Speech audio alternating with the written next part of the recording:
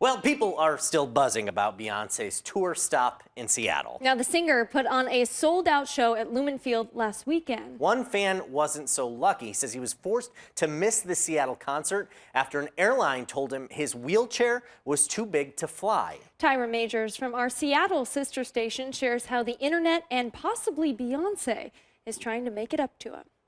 Jon Hetherington, a 34-year-old man with cerebral palsy, says seeing Beyoncé has always been a sweet dream. She's a once-in-a-generation artist, really.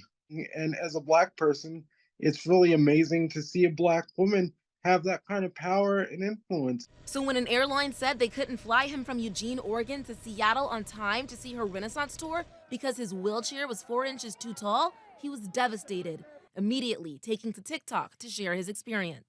So they checked every possible flight, every airline, and nothing is available.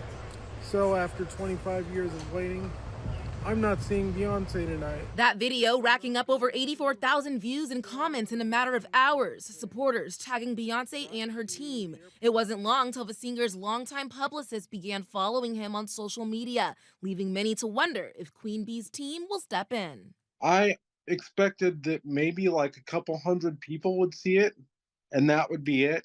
But Jon says this goes deeper than the concert, and it's not the first time he's experienced ableism. 2 weeks ago, he was stranded till 1 a.m. after a Janelle Monáe concert in Seattle. And I've called and have been waiting over an hour because apparently there are no accessible taxis available in all of Seattle.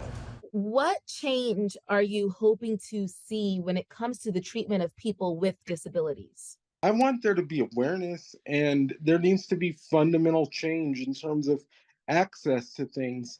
As for the airline that couldn't accommodate Jon, he says he hasn't heard from them since, and he's choosing not to name them because it's not just one airline or establishment that has excluded people with disabilities. He's hoping his videos will help continue the conversation about dismantling ableism. Tyrah, KOMO News.